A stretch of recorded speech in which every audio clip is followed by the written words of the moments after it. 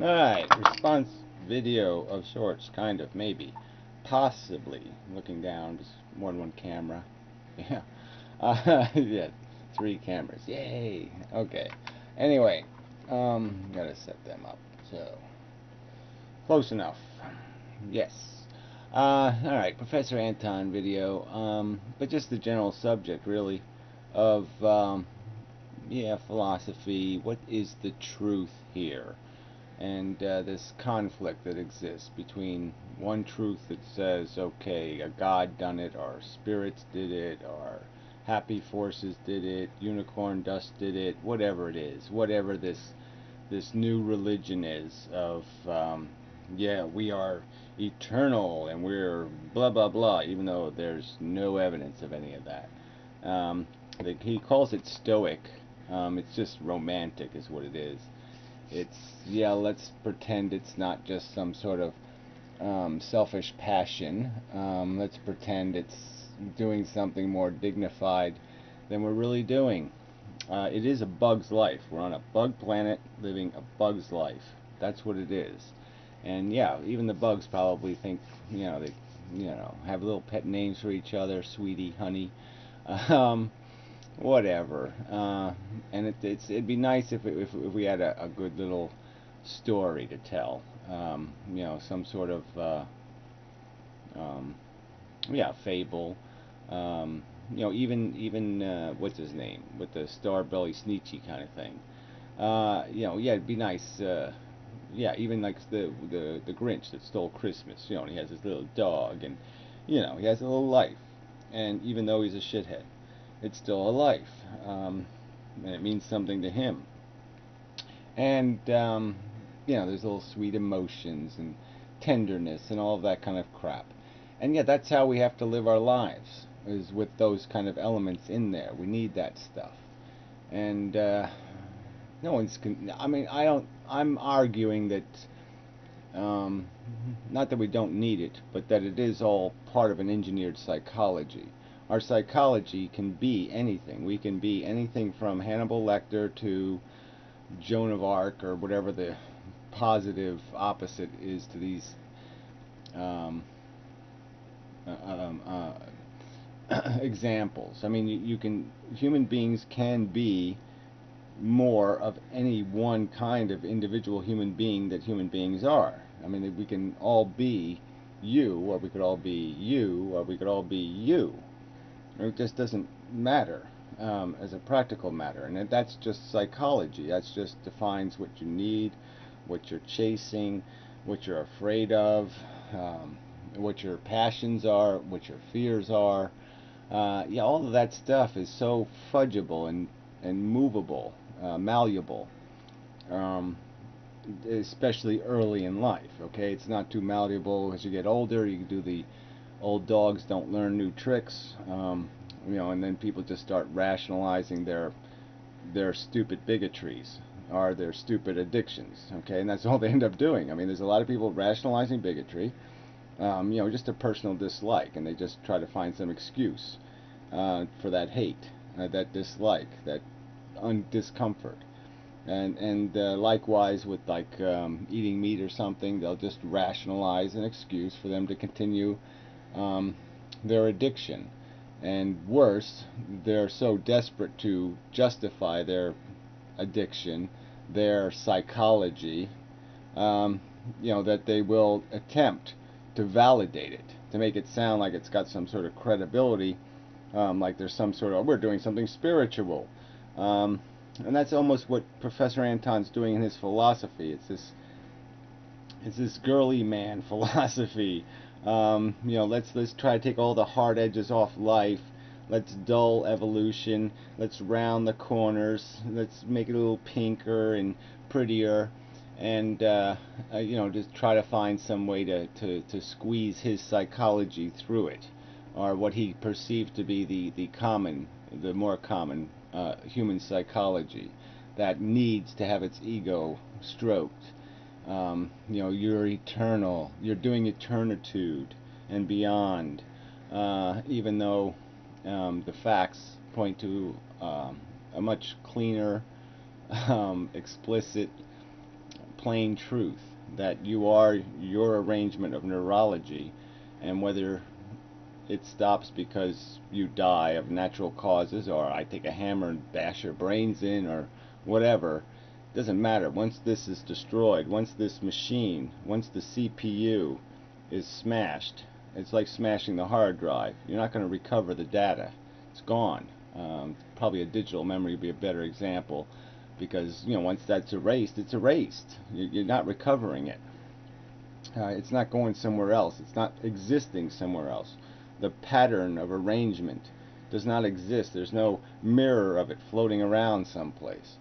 All there is, if we're lucky, we live in the modern era, we're allowed to make these videos and preserve who we are to some extent. Fingerprint our brain, our conscious wheelings and dealings. We can record them and put them here and say, okay, this is me, and even when I'm dead, this is going to be alive. And that's a little spooky and weird, but it's that's a huge advantage over 200 years ago in attempting to just articulate the argument. Even there's an advantage to this ability to store what we utter, the song we sing, and to be able to improve upon it over time. So that's a subject for a whole nother video. But again, it's a video that these soft philosophers will attempt to romanticize and turn into a great voyage through timelessness and some other kind of bullshit, merely because we're recording our thoughts through a means where our humanness is exposed, is visible, can be seen. You can look into my eyes. You can do that, where in a book you can't really do that, not very well. So anyway, it's really off subject a little. So he's sort of talking like conceding reality. Like there's some sort of part of this God thing that's not bathwater. That there's an actual baby somewhere in this God metaphor, myth-telling, storytelling bullshit that's worth saving. And I think he's kidding himself. Nothing good will come of that. Delusions are for the bedroom. Okay? Maybe even the bathroom. Maybe even the kitchen.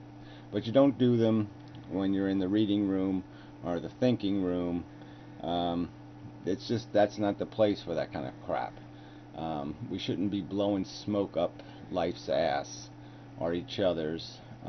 It should be a discussion about what we can rationally defend. And you can't rationally defend even words like infinitude. You can't rationally defend taking myth, taking metaphor, and saying, let's wrap or veil our movement through life in that fog, that deliberate fog, that deliberate disguising of the explicit truth.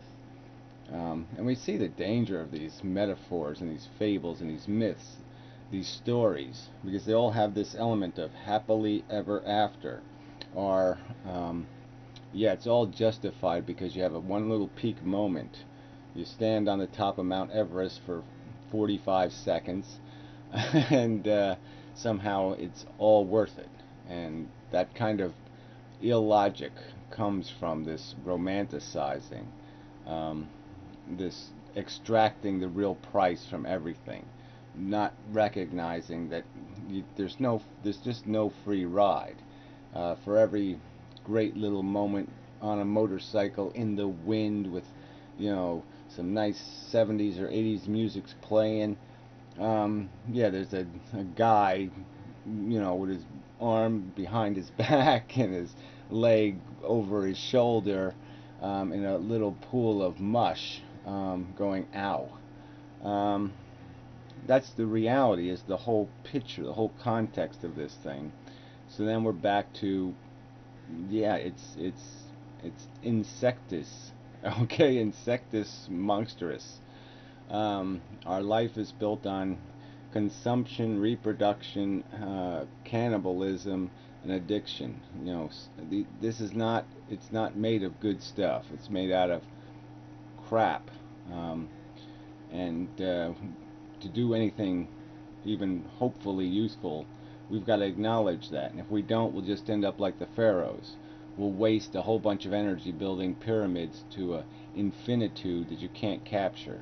We'll have all our little guts in jars, and we'll have everything nicely labeled, and everything will be well dusted, and it'll be for nothing. It'll be to satisfy a delusion, not a necessity, just a delusion, and a gluttony that we can't afford with 7 billion people to satisfy. We can't afford this soft philosophy in the face of the price that's going to be paid for getting it wrong, for doing it wrong, to not dealing with the real circumstance, which is, this is a lot of futile chasing. There's more losers than winners. These are the realities that we have to face, and we have to take responsibility for. Or we have to attempt to impose responsibility for, probably the better way to put it. Because the thing that is responsible for it is this mindset that endorses it. People wouldn't keep recklessly breeding if people didn't keep recklessly endorsing life. People wouldn't keep recklessly, insanely attempting to reach the infinitude of an extra month or an extra year at huge expense, at huge waste. If society or the common philosophers weren't sitting there saying, yeah, keep, don't give up, don't give up, don't give up, keep pushing, keep fighting. For what? Fighting for what? To put it off another day, put it off another week, put it off another year. It's not going to work in our economy. That's what we've done. We keep putting off paying the bill, putting off paying the bill, and now we're dead. We're screwed. We're fucked. And in so many other areas, we're just fucking the game by not acknowledging that it's not a fairy tale. There's no happily ever after. There's only rationality and a best effort to minimize the losses and maximize the gains. And that should be the gain. That should be the game. There should be nothing else occupying philosophical conversation but that context, that the truth will set us free. Okay, metaphor won't, fog won't, distortion won't. There's lots of words for that.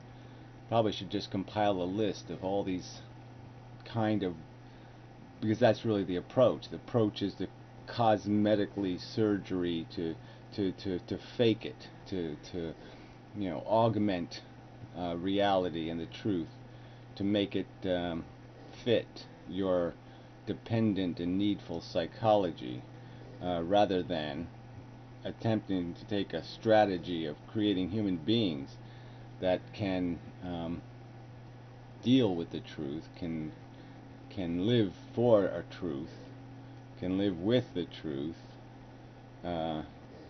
can be satisfied with what the truth will demand from them.